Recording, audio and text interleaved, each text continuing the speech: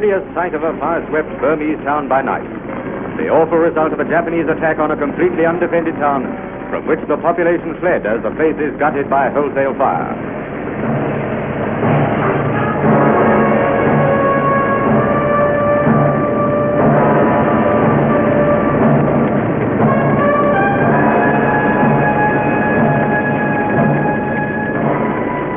Summer 1942. The Second World War was going badly for Britain. The Japanese had overrun Malaya, Singapore, and now Burma.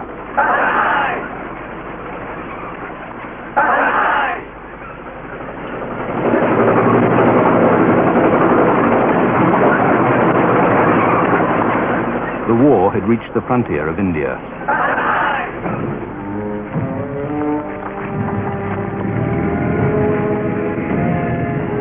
Burma, India's neighbor, had no rail links with India, no proper roads.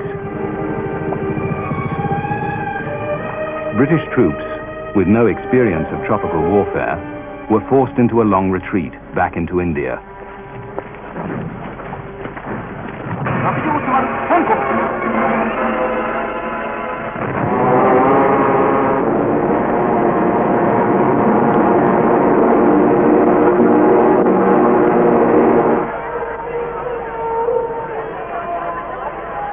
By May, the Japanese loomed over the subcontinent. In 1 week, they sank 100 ships off the east coast. Their bombers terrified India's eastern cities.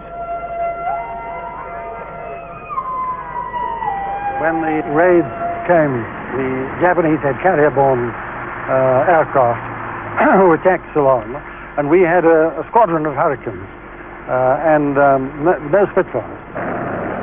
I remember talking to the officer who commanded this squadron, and he told me that after that he hadn't got one Hurricane that could take the air. There was really absolutely nothing at that stage at all. If the Japanese had had the strength to march into India, there was nothing to stop them. India had 8 anti-aircraft guns. Invasion was expected daily. 1 million people fled Calcutta. Wavell came in, Commander-in-Chief, and he stood in front of the map. He was just going to go home, and he was just leaving office. He just came in and said, anything for me before I go? And he stood in front of the map and ruminated about the map. And he said, just imagine how stretched the Japanese must be at this moment. They've pushed on much quicker than they thought they could. They've taken all this enormous area from us and from the Dutch, and they've been right down to Singapore, and they've come right up to Burma. They must be stretched absolutely to the limit. If I had anything, I'd go for them now. I remember he said, if I had one division fit to fight, I'd go for them now. He said, he looked at them standing there like a little terrier in front of a rat, I thought. But I haven't got one division fit to fight. You see, we'd sent 2 divisions to Egypt by this time. We got the 4th and 5th Indian divisions in Egypt. We'd sent an army to Malaya, which had got into the bag almost as soon as it got there. And we'd lost an army in Burma. We were really absolutely down to the bone. Indians, too, were in a dilemma. They disliked Hitler, but they didn't trust Britain's Prime Minister, Winston Churchill. Congress, India's largest independence movement, were divided. Some wanted action against the British. Others wanted to fight for Britain in return for a guarantee of independence. Congress turned to the Mahatma, the great soul, Mohandas K. Gandhi. He was the inspired leader of non-violent protest, which his followers repeatedly turned to violence. The head of British security showed the Viceroy, Lord Linlithgow, detailed evidence of Congress plans for disruption. The Viceroy decided he must act fast. He showed me files showing, and how they had it I don't know, but reports of committee meetings of Congress in various parts of the country in which assaults on police stations and on railways and so on were being planned. After which I said to Lithgow, I'm entirely convinced. I think you've no alternative. Congress, at their August 1942 meeting, followed Gandhi. They demanded that the British should quit India. The next day, all the top leaders were arrested at dawn.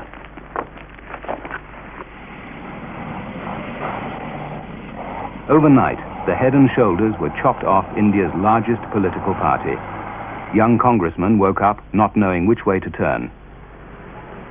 I rushed to have telephone talk, all lines disconnected, so we could not get contact with anybody.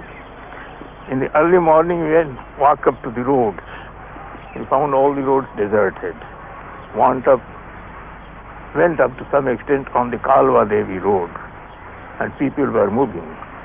And then we learned that all our leaders have been arrested, and Gandhiji has given the message that every worker is a leader by himself. He has to take action as he sees it.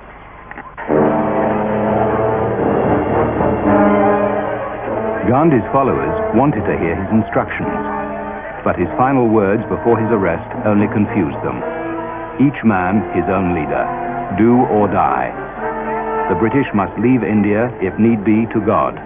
If that is too much, then leave her to anarchy. On August the 9th, 1942, as Gandhi and the Congress leaders were arrested, rebellion erupted in the north of the country.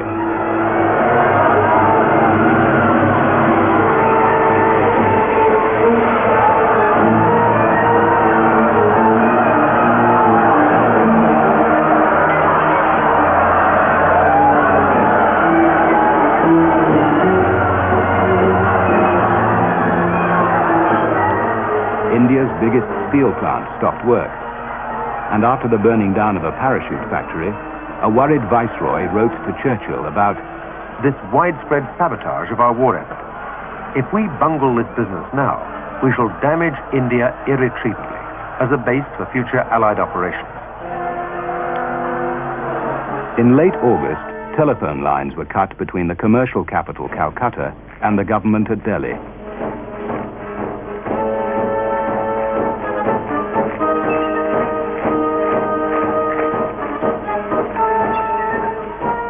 The rebellion turned many liberal-minded Englishmen into Congress haters. Their anger increased by the taunts of Congress radio. We used to shift from one place to another because the police were chasing us. So in all, we operated for about 6 months, and during this time, we changed 6 to 7 places. Every 15 days or 16 days, we used to change. We had our own call sign, and the reception also was very good. We used to begin like this, that this is Congress radio calling from somewhere in India on 42.34 meters. The All India Congress Committee assures students who have left their British-controlled studies to take part in the freedom revolution that laws and ordinances now being promulgated by the tottering Indian branch of the British state will have no validity or application in the free state of India. The All India Congress Committee congratulates workers on strike for their unretreating determination not to resume work until freedom of India is achieved. The British were hard-pressed everywhere in 1942. No more Indian troops to Africa. The offensive to recapture Burma was delayed. The Quit India rebellion took a month to suppress.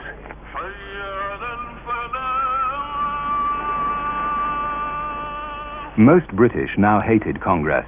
They were not alone. Muslims feared and loathed both Congress and the 300 million Hindu majority. The Muslims now became Britain's ally in the war. Britain's about-face, playing the Muslim card, was to change India forever. There's no doubt that the British at that time were pretty angry with the Congress and the Hindus, and pretty friendly with the Muslims. Now, it's understandable, the Muslims were helping, Although they never officially supported the war effort, they were in fact helping, and the Congress were not. And naturally the ordinary Britishers said to hell with the Congress.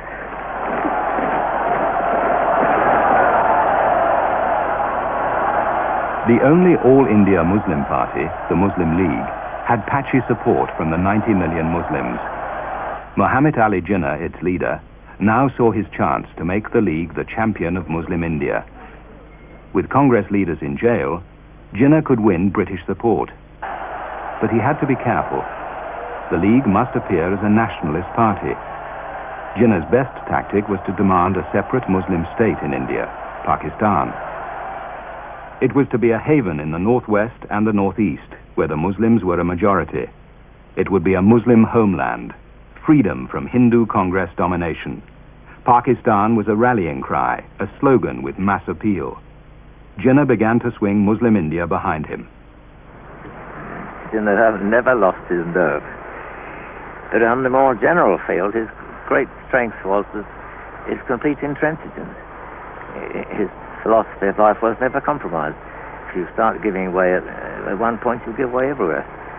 Fight the walls, fight the battle on the ramparts, not on the citadel. And that, of course, very often meant being unreasonable. But I think if Jinnah had spoken frankly, he'd said you have to be unreasonable in order to get your own way. Jinnah got his way more and more. He was determined that the Muslims of India would show a united front for the League and Pakistan. That suited the British. They too wanted the Muslims united, but behind the war effort.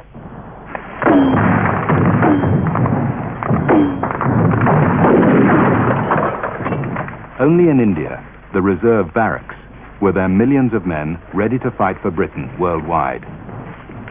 Britain could not afford to antagonize the Muslims, who made up a third of India's army.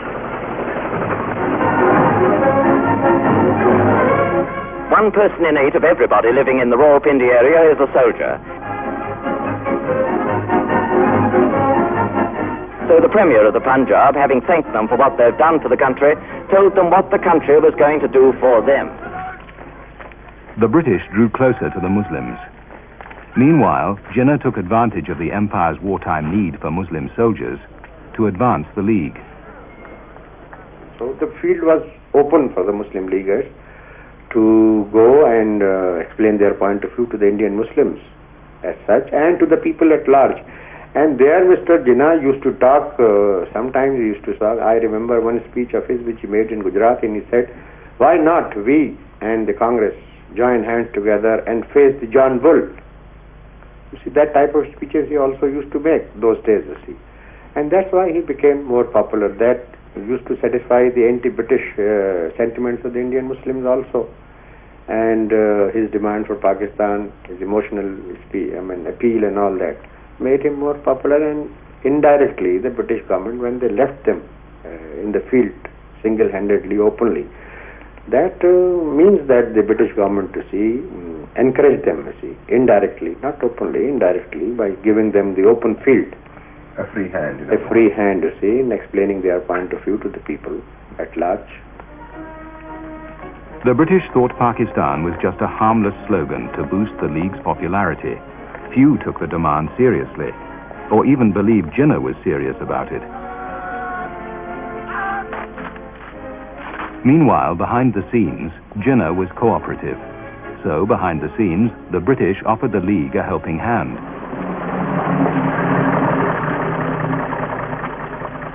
Jinnah, now growing in popularity, sent his number 2, Liaquat Ali Khan, to talk to the British. He wanted to start a Muslim League newspaper, but he needed money.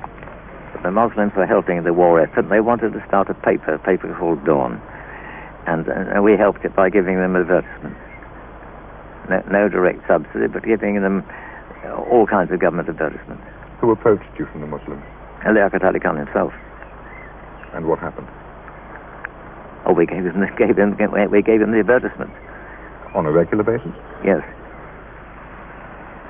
Large sums of money? Enough to get the paper launched, is what it really came to. Was it agreed that both sides would keep quiet about this?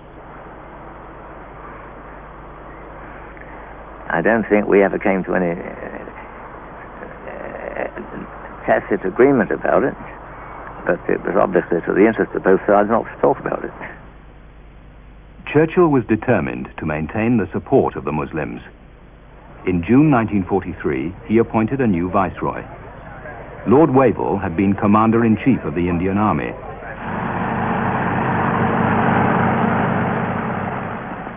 Wavell immediately gave Churchill a surprise. The war was now going well. Wavell pressed for Congress and the League to be brought into the government at Delhi, while Britain still had power to shape events in India.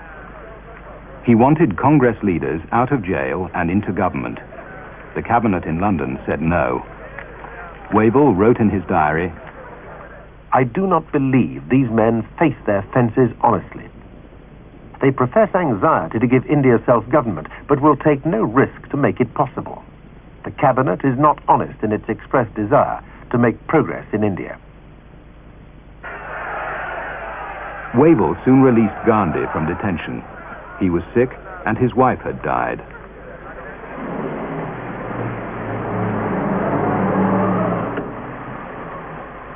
Pakistan was the talking point of India. Jinnah was now the undisputed leader of the Muslims. Gandhi left his prison cell and immediately went to meet his arch-rival. It was a turning point for the Muslim League.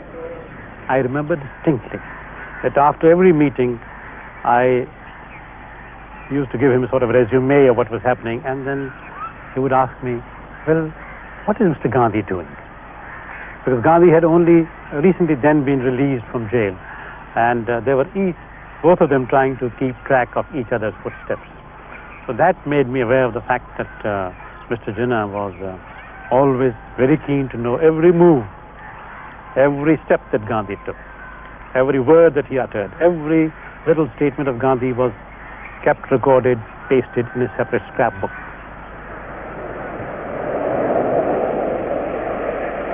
Gandhi, the master of publicity, had made a mistake. By simply talking to Jinnah, he forced the world's press to treat them as equals. Gandhi brought the Muslim League the public attention that Jinnah himself could never have won. Mr. Gandhi told Mr. Jinnah, "Well, Jinnah, you have mesmerized the Muslims." He said, "So what? You have hypnotized the Hindus."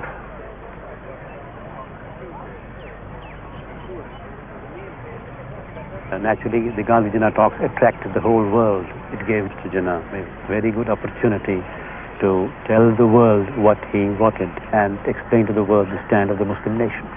And Mr. Gandhi, at the same time, also, I think, got an argument that he tried his best. Gandhi reluctantly moved some way towards the Pakistan idea. Jinnah said no, it was not enough. While Gandhi put on a brave smile, the triumph was Jinnah's. They had nothing to give to one another, except future promises and good hope, maybe. The deadlock confirmed Wavell's view that Indians excluded from government would argue forever. He wrote to Churchill, "I am bound to say, after a year's experience in my present office, I feel that the vital problems of India are being treated by His Majesty's government with neglect, sometimes even with hostility and contempt." Wavell wanted to come home to put his case. Churchill refused. When he finally agreed, he kept the Viceroy waiting for 2 months before seeing him. The unfortunate Wavell couldn't even arrange an interview with any of the Indian political leaders without asking the permission of Churchill, who in fact ran Indian policy and decided what Wavell should and should not do. Churchill's own view about India was that we should hold on as long as possible, and only make concessions to Indian constitutional advance if the pressure became so strong that we couldn't do otherwise. Wavell found his position untenable in the sense that he was trying to carry out a policy in India which was directly contrary to the policy that was desired by his political masters. In May 1945, the European war ended. Churchill faced a general election in Britain. If Wavell resigned, India would become an election issue.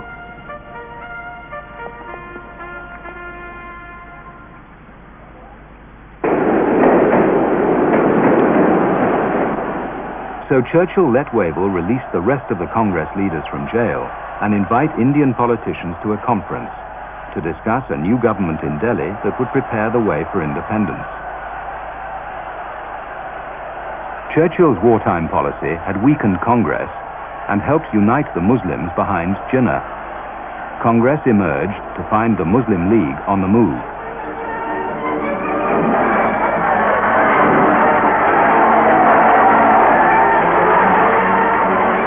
Shouting and cheering, the public gave Nehru a terrific welcome.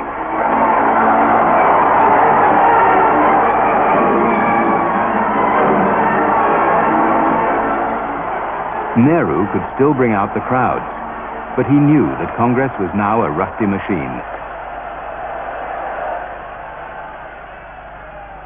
He started at once the difficult task of rebuilding the party, both its membership and organization.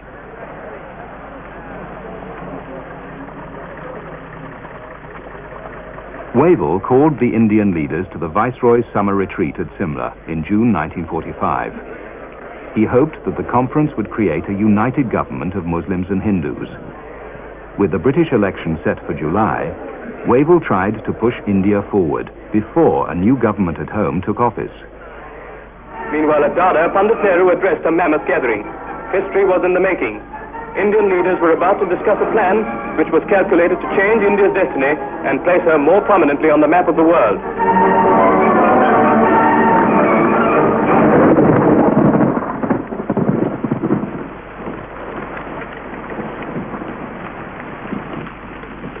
At Simla, Indian leaders met to discuss Lord Wavell's solution of the political deadlock. Mr. Gandhi, invited by Lord Wavell for a preliminary discussion, arrives by car and enters the compound of Manaville, residence of his hostess, Rajkumari Amrit Kaur. Wavell's plan was a bold one. A government composed entirely of Indian politicians, except for the Viceroy and Army Commander-in-Chief, would pave the way for a transfer of power to Indian hands. But Churchill's wartime encouragement of the Muslims had changed the political balance in India. All eyes were now not on Gandhi, but on Jinnah. Simla's citizens turned out in large numbers to cheer the leaders whose deliberations would mold India's destiny. Mr. Muhammad Ali Jinnah, president of the Muslim League, met the Viceroy soon after Mr. Gandhi. On that fateful day, many wondered what stand this brilliant lawyer would take. The atmosphere was charged with expectancy. He felt that the Muslims were the weakest of the three. The British held the power, they held the strings of power, the Hindus held the majority. So if there was a democratic system in a free united India, the Hindus would gain everything. So the Muslims could not sort of afford to annoy both. But Mr. Jinnah, he had a bit of a gambler in him. He took the risk. Wavell was generous to the Muslims. Though only a quarter of India's population, they were offered as many places in his new executive council as the Hindus. The proposed new council would represent the main communities and would include equal proportions of caste Hindus and Muslims. Congress accepted this, despite their overwhelming majority in the country. They hoped for a share of real power at last. Jinnah then dropped a bombshell. He said only League Muslims could sit in the Viceroy's council. But Congress too had Muslim members. Its president, Maulana Azad, was a Muslim. Jinnah said even he must be kept out. His audacity shocked everyone. Mr. Jinnah spent 3 hours explaining to me the Muslims are a separate nation. As a separate nation, they require a separate homeland and they have a separate party, that is the Muslim League. The Hindus are a separate nation, they want a separate homeland, they have got one party, that is the Congress. The moment I give in to the view that the Muslims have different views about the fate of India, that there can be a representative, a genuine popular representative of the Muslims who is not a Muslim leaguer and not committed to Pakistan, then I give up my whole strength as the third force in India. And I completely understood that point. His strategy at that time was to get the Congress to acknowledge this fact that the Muslims were represented by the Muslim League and that the sole authoritative representative body of the Muslims of India was the Muslim League. But the Congress was not willing to do it. The Congress, of course, had its own reasons because of its nationalism and because Maulana Abul Kalam Azad, who happened to be a Muslim, was the president of the Congress, so they found it very difficult. And Mr. Jinnah's main aim in the 1945 talks with Lord Wavell was to establish his sole authoritative capacity. Congress leaders argued that millions of Muslims supported them. Jinnah's claim to represent all India's Muslims had no basis. The reason was very simple. Because all the Muslims of the country did not accept Jinnah as their leader. And so long as there were Muslims who did not accept him as their leader, it was not honest on our part to accept Jinnah as the sole representative of the Muslim community in this country. Congress insisted on the freedom to nominate anyone. Wavell agreed that Jinnah's demand to choose all the Muslims was unreasonable, and he rejected it. Jinnah then refused to join the council. Wavell knew that a council without Jinnah would be vetoed by Churchill, so Wavell could do nothing. Jinnah had a veto. They tried to overawe him, they tried to browbeat him, they tried to threaten him, they tried to purchase him, but he proved impervious to all threats and all inducements, which proved to the Muslims generally that he was a man who cannot let them down. And he was therefore their only leader, accepted leader, who should be followed right to the end.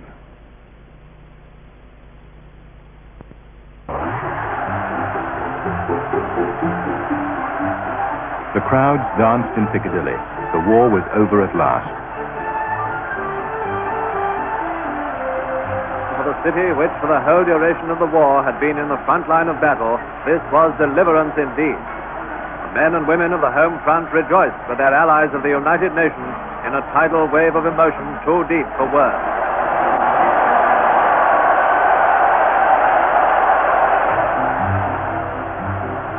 The British could now turn their attention to home affairs. The Labour Party had won the election.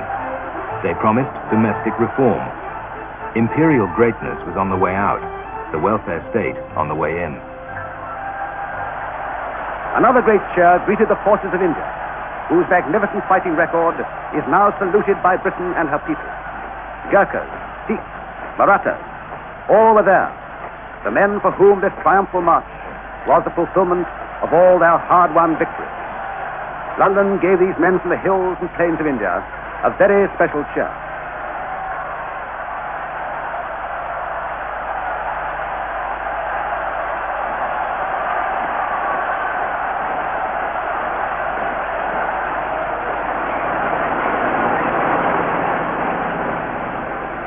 Hopes were high that India might now be cut loose from the empire. In July 1945, Clement Attlee became Prime Minister. Labour's promise that India would be given her independence seemed close to fulfillment.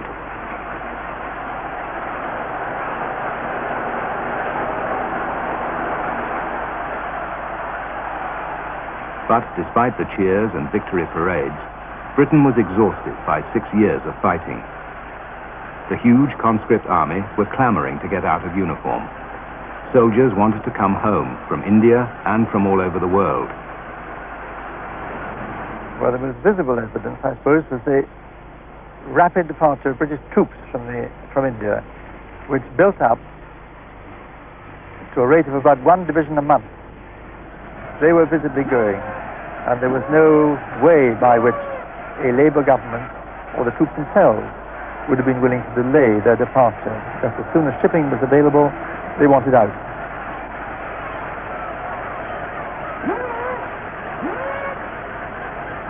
So you're talking of a crumbling of the British element of force, the British element in the administration, Indian police.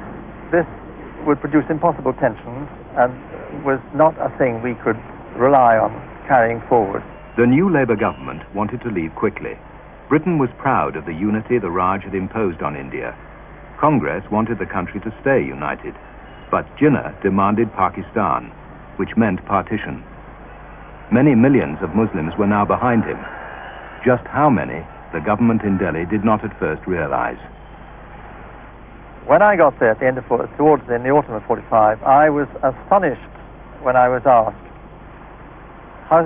what about this Pakistan demand? Is this to be taken seriously? And I said, yes, it is, in my opinion.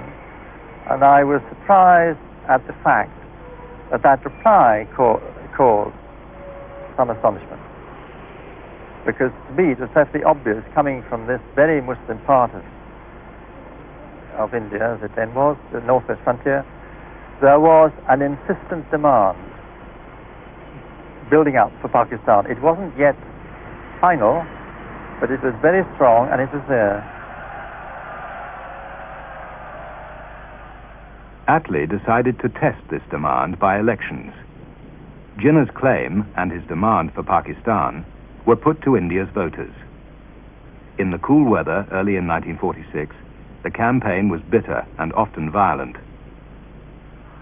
The Muslim League fought the election on a platform of one word: Pakistan. There's no doubt about it. At that time, the atmosphere was very much, it had swung very much in favor of Mr. Jinnah as far as the Muslims were concerned.